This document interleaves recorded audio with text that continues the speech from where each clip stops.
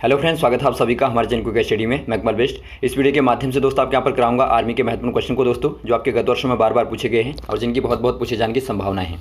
तो आराम से दोस्तों आप वीडियो को देखेंगे और सभी क्वेश्चन को हमेशा की तरह तैयार करेंगे। और देखिए दोस्तों, शुरू करने के पहले थोड़ी सी एक दरख्वास्त करना चाहेंगे, यदि आपने हमारे चैनल को सब्सक्राइब नहीं किया अभी तक तो प्लीज़ हमारे चैनल को सब्सक्राइब कीजिए दोस्तों, और बेल आइकन को प्रेस करना ना भूलेगा ताकि हमारी वीडियोस की नोटिफिकेशन आपको प्रथम प्राप्त हो सकें। तो आइए शुरू करते हैं आराम से। आप देखिए सभी क्वेश्चन को दोस्तों आप तैयार करेंगे। यहाँ पर आपको सामान्य ज्ञान और विज्ञान दोनों के ही क्वेश्चन दोस्तों मिलेंगे।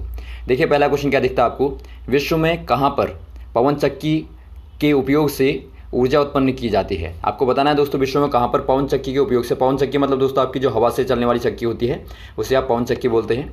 तो इसका उपयोग करके यहाँ पर आपको बताना है कि ऊर्जा उत्पन्न की जाती है। या आपका नीदरलैंड में या थाईलैंड में या इंग्लैंड में या फिर कोई नहीं। ये दोस्तों आपके यहाँ पर हो जाएगा नीदरलैंड में। ऑप्शन नंबर ए वाला सही हो जाएगा। अगला क्वेश्चन यहाँ पर देखिए दोस्तों, राज्य में विधानसभा को कौन भंग कर सकता है। आपको बताना है दोस्तों, राज्य स्तर में विधानसभा को भंग कौन कर सकता है। या आपका राज्यपाल या राष्ट्रपति या मुख्यमंत्री या कोई नहीं। ये दोस्तों राज्यपाल कर सकता है। ऑप्शन नंबर ए वाला आपका सही हो जाएगा, राज्यपाल। अगला क्वेश्चन यहाँ पर देखिए दोस्तों, भारत की सबसे लंबी सीमा किस देश के साथ में लगती है। दोस्तों यहाँ पर देखिए भारत के पड़ोसी देशों में आपको बताना है कि सबसे ज़्यादा सीमा दोस्तों किसके साथ में लगती है। चीन के साथ में, पाकिस्तान के साथ में, बांग्लादेश के साथ में या फिर नेपाल के साथ में। ये दोस्तों बांग्लादेश के साथ में लगती है। ऑप्शन नंबर आपका सी वाला सही हो जाएगा, बांग्लादेश। अगला क्वेश्चन यहाँ पर देखिए दोस्तों, विश्व उष्णन अर्थात दोस्तों ग्लोबल वार्मिंग का मुख्य कारण क्या है। ग्लोबल वार्मिंग का मतलब दोस्तों आपको पता होगा, जो लगातार पृथ्वी का तापमान बढ़ता जा रहा है कुछ गैसों के कारण। तो उसका मुख्य रीज़न आपको बताना है, मुख्य कारण क्या है।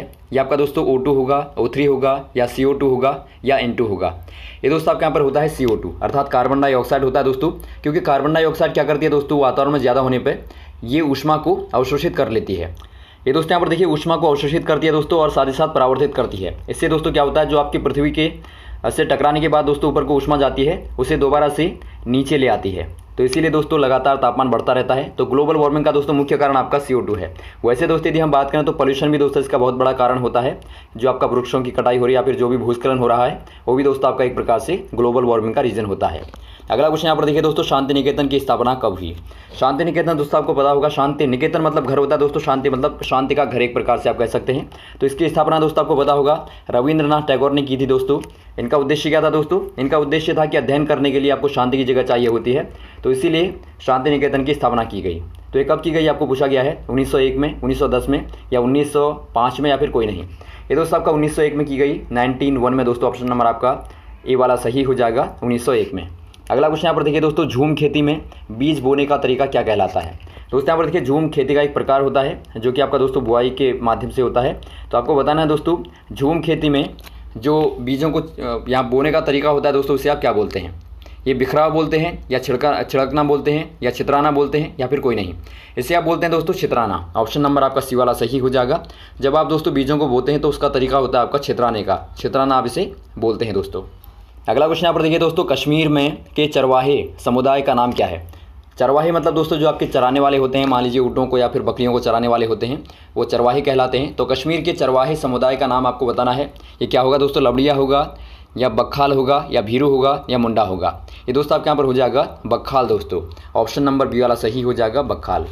अगला क्वेश्चन यहाँ पर देखिए दोस्तों, हाइड्रोजन गैस की उपस्थिति कौन सी ध्वनि दर्शाती है। बार बार ये क्वेश्चन आता है, बहुत ही कॉमन क्वेश्चन है।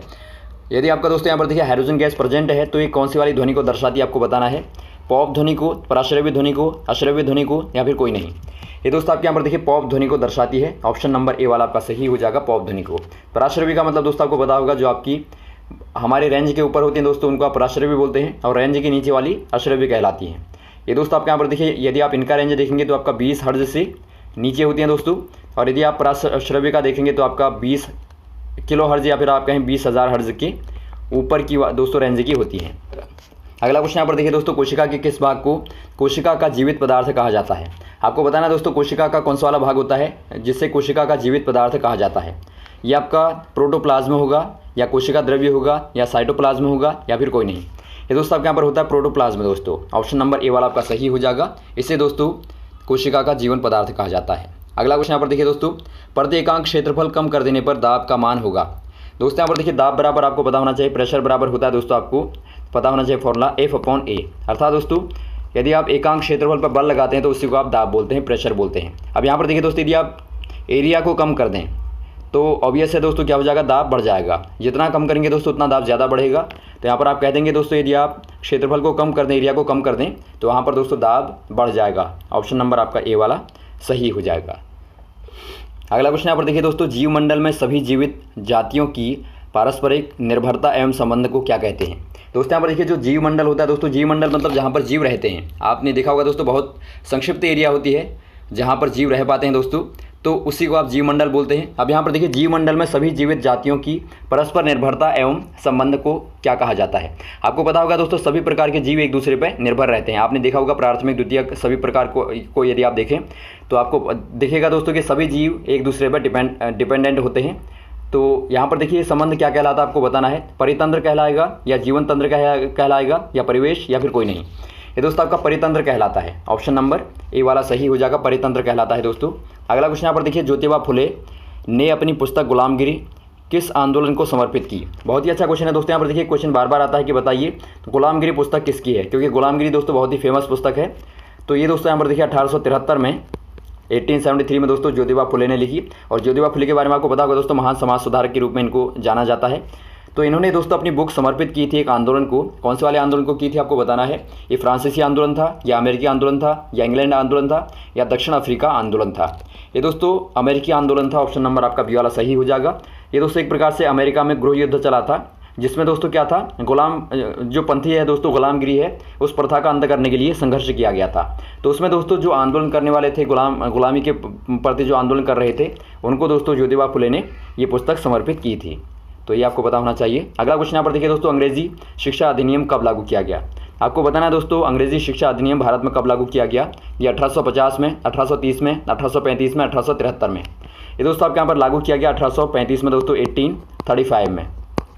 आपको पता होना चाहिए दोस्तों जब लॉर्ड मैकाले 1834 में भारत आया था, तो ये दोस्तों एक प्रकार से परिषद में कार्य करने के लिए आया था सदस्य के तौर पे। उस समय दोस्तों जो जनरल गवर्नर थे, आपको पता होना चाहिए, बंगाल प्रेसिडेंसी के गवर्नर जनरल थे, वो कौन थे दोस्तों, विलियम बेंटिंग थे। आपको पूछा भी जाता है बहुत बार दोस्तों प्रथम गवर्नर जनरल बताइए, तो विलियम बेंटिंग दोस्तों प्रथम बंगाल प्रेसिडेंसी के गवर्नर थे। तो उस समय दोस्तों परिषद में क्या था, एक प्रकार से एक मेंबर के तौर पे था। तो इसने दोस्तों एक स्मरण पत्र भेंट किया था, जिसमें क्या लिखा था, अपनी मांगे लिखी थी। तो उसमें दोस्तों अंग्रेजी शिक्षा का अधिनियम यहाँ पर मुख्य रूप से था, तो उसे दोस्तों विलियम बेंटिंग के द्वारा पास कर दिया गया। तो 1835 में दोस्तों लागू हो गया था भारत में। तो उसी वाला आपका सही हो जाएगा। थोड़ा सा आपको पता होना चाहिए दोस्तों, तभी आप इनके आगे पीछे वाले क्वेश्चन को कर पाएंगे, संबंधित वाले क्वेश्चन को भी आप कर पाएंगे।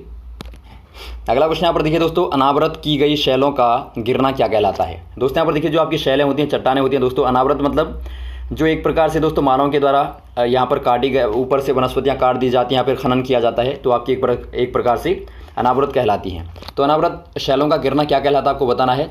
अवक्षेपण कहलाएगा, अवक्षेपण कहलाएगा, या भूस्खलन कहलाएगा, या दावाग्नि कहलाएगा। ये दोस्तों अवक्षेपण कहलाता है। ऑप्शन नंबर आपका ए वाला सही हो जाएगा। अवक्षेपण मतलब एक प्रकार से दोस्तों उनका क्षरण होना। तो ये आपका यहाँ पर ऑप्शन नंबर ए वाला सही हो जाएगा। और भूस्खलन मतलब दोस्तों आपको पता होगा भूमि जो जब चट्टानें गिरती हैं या फिर भूमि कटती है दोस्तों, वहाँ पर आप भूस्खलन बोलते हैं। दावाग्नि मतलब होता है दोस्तों जंगल में लगने वाली आग, जो जंगलों में आग लगती है दोस्तों, उसे आप क्या बोलते हैं, दावाग्नि बोलते हैं। अगला क्वेश्चन यहाँ पर देखिए दोस्तों, पेट यानी PET क्या है। ये क्या है दोस्तों, प्राकृतिक रेशा है या पॉलीथीन है या पॉलीएस्टर है या फिर कोई नहीं। ये दोस्तों एक पॉलीएस्टर हो जाएगा। ऑप्शन नंबर आपका सी वाला सही हो जाएगा दोस्तों। एक प्रकार का बहुलक होता है पॉलीएस्टर। और इससे दोस्तों यहाँ पर देखिए जो आपके बोतलें होती हैं या फिर दोस्तों वायर होते हैं, तो ये अलग अलग प्रकार के बर्तन होते हैं दोस्तों, इनके माध्यम से बनाए जाते हैं। तो पॉलीएस्टर आपका सही हो जाएगा। अगला क्वेश्चन यहाँ पर देखिए दोस्तों, ऐसे ऊन जो प्राकृतिक स्रोतों से न प्राप्त हों दोस्तों, उनको आप क्या बोलेंगे। आपको बताना दोस्तों जो आपके प्राकृतिक रूप से प्राप्त ना हो बल्कि संश्लेषित हों। संश्लेषित मतलब दोस्तों आपका जो मानव के द्वारा बनाए जाते हैं, ऐसे उनको आपको बताना है। या फिर आप कहें दोस्तों, ये क्वेश्चन आपका ऐसे भी आ सकता है कि कृत्रिम जो आपका रेशा होता है, कृत्रिम ऊन होता है, वो कौन सा वाला होता है, उसे आप क्या बोलते हैं। ये दोस्तों आपका एक्रिकल होगा या फिर एक्रिनॉल होगा या फिर टेरिनॉल होगा या कोई नहीं। ये दोस्तों आपका एक्रिलिक हो जाएगा। ऑप्शन नंबर ए वाला सही हो जाएगा, एक्रिलिक। इससे दोस्तों जो भी यहाँ पर ऊनी कपड़े बनते हैं, इसी के माध्यम से दोस्तों खासतौर पर बनाए जाते हैं, क्योंकि जो आपका ऊन होता है बहुत ही ज़्यादा महंगा होता है। आपको पता होना चाहिए जो आपका प्राकृतिक ऊन होता है दोस्तों बहुत ज़्यादा महंगा होता है। अगला क्वेश्चन यहाँ पर देखिए दोस्तों, निम्न में से ऊष्मा तथा विद्युत का कुचालक है। आपको बताना है दोस्तों इनमें से कौन सा वाला पदार्थ ऊष्मा तथा विद्युत दोनों का ही कुचालक होता है, अर्थात इंसुलेटर होता है। ये ग्रेफाइट का रेत होगा या बेकेलाइट होगा या जियोलाइट होगा। ये दोस्तों आपके यहाँ पर हो जाएगा बेकेलाइट दोस्तों। ऑप्शन नंबर आपका सी वाला सही हो जाएगा। बेकेलाइट भी दोस्तों एक प्रकार का पॉलीमर है, एक प्रकार का बहुलक है दोस्तों। और यहाँ पर देखिए इसका इस्तेमाल दोस्तों बहुत बार आपने देखा होगा, जो आपके कुकर के दोस्तों पकड़ने वाले हत्थे होते हैं या फिर बर्तनों के जो भी हत्थे होते हैं दोस्तों, या फिर जो आपके स्विच बने होते हैं विद्युत के दोस्तों अलग अलग प्रकार के प्लास्टिक के, तो वो सारे के सारे बेकेलाइट के ही बने होते हैं। तो ये आपको पता होना चाहिए, बहुत बार क्वेश्चन आ सकता है। तो ये दोस्तों आपके यहाँ पर बेकेलाइट हो जाएगा, जो कि आपका कुचालक होता है। अगला क्वेश्चन यहाँ पर देखिए दोस्तों, सबसे अधिक विद्युत चालक होता है। आपको बताना दोस्तों विद्युत का अर्थात करंट का दोस्तों सबसे अच्छा चालक, सबसे अच्छा कंडक्टर कौन सा वाला होता है। ये क्वेश्चन दोस्तों आपका बार बार आता है। एजी होगा, एयू होगा, एल होगा या सीयू होगा। ये दोस्तों आपके यहाँ पर होता है सिल्वर। ऑप्शन नंबर आपका ए वाला सही हो जाएगा। सर्वाधिक चालक दोस्तों आपका एजी होता है। उसके बाद में दोस्तों आपका एल्यूमिनियम होता है, फिर आपका कॉपर होता है। तो ये आपको पता होना चाहिए, मुख्य रूप से दोस्तों आपका एजी हो जाएगा। अगला क्वेश्चन यहाँ पर देखिए दोस्तों, सबसे अधिक ऊष्मा सहने वाला प्लास्टिक कौन सा है। ये भी क्वेश्चन दोस्तों बार बार आता है। ऊष्मा को दोस्तों अर्थात हीट को सर्वाधिक सहने वाला जो आपका प्लास्टिक होता है वो कौन सा होता है। ये बेकेलाइट होगा या पॉलीविनाइल होगा या मेलामाइन होगा या फिर कोई नहीं। ये दोस्तों आपका मेलामाइन होता है। आप याद रखेंगे, मेलामाइन दोस्तों सर्वाधिक ऊष्मा को सहने वाला प्लास्टिक होता है। अगला क्वेश्चन यहाँ पर देखिए दोस्तों, टीकाकरण के जनक कौन माने जाते हैं। टीकाकरण के दोस्तों अर्थात वैक्सीनेशन के जो जनक हैं दोस्तों, फादर हैं, उनको किसको माना जाता है। ये जोनास साल्क को या रॉबर्ट हुक को या एडवर्ड जेनर को या लेमार्क को। ये दोस्तों एडवर्ड जेनर को माना जाता है। बहुत ही अच्छा क्वेश्चन है दोस्तों, बार बार आता है। एडवर्ड जेनर ऑप्शन नंबर आपका सी वाला सही हो जाएगा। और रॉबर्ट हुक ने दोस्तों कोशिका की खोज की थी, भी क्वेश्चन आता है बार बार। अगला क्वेश्चन यहाँ पर देखिए दोस्तों, प्रोड्यूसर गैस का रासायनिक सूत्र क्या है। बहुत ही बार पूछा जाने वाला क्वेश्चन है दोस्तों। प्रोड्यूसर गैस का केमिकल फॉर्मूला आपको पूछा जाता है। ये आपका CO+H2 होगा, D2O होगा या N2O होगा या फिर CO+N2 होगा। ये दोस्तों आपके यहाँ पर देखिए कार्बन मोनोऑक्साइड और नाइट्रोजन होती है दोस्तों, दोनों को मिला के बनता है। ऑप्शन नंबर आपका डी वाला सही हो जाएगा, CO+N2। वैसे ही दोस्तों कभी आपका वाटर गैस का पूछा जाता है, आप याद रखेंगे जो वाटर गैस का होता है दोस्तों वो आपका होता है CO+H2। और वैसे ही दोस्तों भारी जल का आपका D2O होता है और N2O दोस्तों आपका लाफिंग गैस का होता है। तो ये सारे के सारे क्वेश्चन बहुतायत पूछे जाने वाले हैं, सभी को आप नोट करेंगे। अगला क्वेश्चन यहाँ पर देखिए दोस्तों, विकास का सिद्धांत अर्थात दोस्तों थ्योरी ऑफ इवोल्यूशन का प्रतिपादन किसने किया। ये क्वेश्चन दोस्तों अभी आपको हमने एक टॉपिक कराया था पूरा, उसमें दोस्तों आपको पूरा बताया था हमने, एक जीव विज्ञान का टॉपिक कराया था। तो ये आपका दोस्तों यहाँ पर देखिए विकास का सिद्धांत किसने दिया। लेमार्क ने, लिनियर ने या डार्विन ने या सोडी ने। ये दोस्तों डार्विन के द्वारा प्रतिपादित किया गया। ऑप्शन नंबर ए वाला सही हो जाएगा दोस्तों, डार्विन ने। और डार्विन को ही दोस्तों फादर ऑफ इवोल्यूशन कहा जाता है, आपको पता होना चाहिए। अगला क्वेश्चन यहाँ पर देखिए दोस्तों, सौर विकिरण को मापने वाला यंत्र कौन सा होता है। अर्थात आपको बताना है दोस्तों सोलर रेडिएशन को मेजर करने वाला, मापने वाला यंत्र, इंस्ट्रूमेंट कौन सा वाला होता है। अमीटर होगा या ओडोमीटर होगा या पायरोमीटर होगा या बैरोमीटर होगा। ये दोस्तों आपके यहाँ पर होता है पायरोमीटर। ऑप्शन नंबर सी वाला सही हो जाएगा। और वैसे ही दोस्तों बैरोमीटर आपको पता होगा जो कि वायुमंडलीय दाब को मापता है दोस्तों। और अमीटर दोस्तों विद्युत धारा को मापता है। और ऑडोमीटर क्या मापता है दोस्तों, ये जो आपके वाहन होते हैं उनकी गति को मापता है। दूरी कितनी दूरी तय कर दी गई उसको दोस्तों मापता है, वाहन में यहाँ पर लगा रहता है। तो आपको पता होना चाहिए, आपका दूरी को बताता है। अगला क्वेश्चन यहाँ पर देखिए दोस्तों, हमारे शरीर में की मूलभूत इकाई क्या होती है। दोस्तों यहाँ पर देखिए हमारे शरीर की या फिर आप कहें जीवों के शरीर की दोस्तों मूलभूत इकाई जो होती है, एक प्रकार से आप कहें फंडामेंटल जो आपकी यूनिट होती है दोस्तों, वो क्या होती है। कोशिका होती है, ऊतक होता है, त्वचा होती है या जीन। ये दोस्तों कोशिका होती है। ऑप्शन नंबर आपका ए वाला सही हो जाएगा। सेल आप कहते हैं दोस्तों, और सेल से ही दोस्तों कोशिकाएं बनी, यहाँ पर ऊतक बने रहते हैं जिन्हें आप टिश्यू बोलते हैं। तो मुख्य रूप से दोस्तों आपका सेल बेसिक हो जाएगी। अगला क्वेश्चन यहाँ पर देखिए दोस्तों, आर्किमिडीज ने कौन सा सिद्धांत दिया। आपको बताना है दोस्तों प्रिंसिपल ऑफ आर्किमिडीज यहाँ पर कौन सा वाला होगा, कौन सा वाला सिद्धांत दिया। वस्तु के तैरने का या सापेक्षता का या परमाणु नाभिक का या कोई नहीं। ये दोस्तों यहाँ पर देखिए वस्तु के तैरने का दिया, अर्थात दोस्तों आपका आप कह सकते हैं जो फ्लोटिंग का दोस्तों लॉ दिया था, प्रिंसिपल दिया था दोस्तों, वो आर्किमिडीज ने दिया था कि वस्तु कैसे तैरती है। जब भी दोस्तों कोई वस्तु तैरती है तो उसके द्वारा हटाया गया जो जल होता है वो वस्तु की जो आपका डूबा हुआ भार है दोस्तों उसके बराबर होता है और तभी तैर पाती है। और वैसे ही दोस्तों यदि आप सापेक्षता का, यदि आप कहें दोस्तों जो आपका रिलेटिविटी लॉ है वो दोस्तों आइंस्टाइन के द्वारा दिया गया। आइंस्टाइन द्वारा सापेक्षता की दोस्तों थ्योरी दी गई। तो ये भी आपका बार बार आता है। और वैसे ही दोस्तों यदि आप परमाणु नाभिक की बात करें तो इसका मॉडल दोस्तों सर्वप्रथम रदरफोर्ड के द्वारा दिया गया था। अगला क्वेश्चन यहाँ पर देखिए दोस्तों, निम्न में से असत्य कथन कौन सा है। आपको इनमें से बताना है दोस्तों कौन सा वाला असत्य है अर्थात फॉल्स है दोस्तों। लकड़ी पानी में तैरती है या लोहा पानी में डूब जाता है या लोहा पारे में तैरता है या फिर पारा पानी में तैरता है। इनमें दोस्तों यहाँ पर देखिए पहला बिल्कुल सही है, आपका लकड़ी पानी में तैरती है और लोहा पानी में डूब जाता है, ये भी सही है दोस्तों। लोहा पारे में तैरता है, पारे में दोस्तों आपका लोहा तैरता है, बिल्कुल सही हो जाएगा। पारा पानी में तैरता है, बिल्कुल गलत होगा दोस्तों, क्योंकि पारा जो है पानी में नहीं तैर सकता, क्योंकि आपको पता होगा दोस्तों द्रव में पारे का घनत्व सर्वाधिक होता है और पारे का घनत्व ज़्यादा होने के कारण दोस्तों ये पानी में डूब जाता है। आपको पता होगा तैरने के लिए दोस्तों घनत्व बराबर होना चाहिए, या फिर जो आपकी ऊपर वाली वस्तु है दोस्तों तैरने वाली उसका घनत्व कम होना चाहिए, तभी तैर पाएगी। तो यहाँ पर देखिए ज़्यादा होगा तो डूब जाएगी। तो ऑप्शन नंबर आपका डी वाला दोस्तों सही नहीं है, तो ऑप्शन नंबर आप डी वाले में टिक करेंगे। तो ये रही दोस्तों आपके महत्वपूर्ण क्वेश्चन जो आपने यहाँ पर देखिए, उम्मीद आपको अच्छे लगे होंगे। और भी दोस्तों इस प्रकार के क्वेश्चन को आपको लगातार बताते रहेंगे। यदि आपको वीडियो अच्छा लगा दोस्तों आप जरूर लाइक करें, शेयर करें और सब्सक्राइब करना ना भूलें दोस्तों चैनल को, ताकि आपको लगातार इस प्रकार की वीडियोज़ मिलते रहें।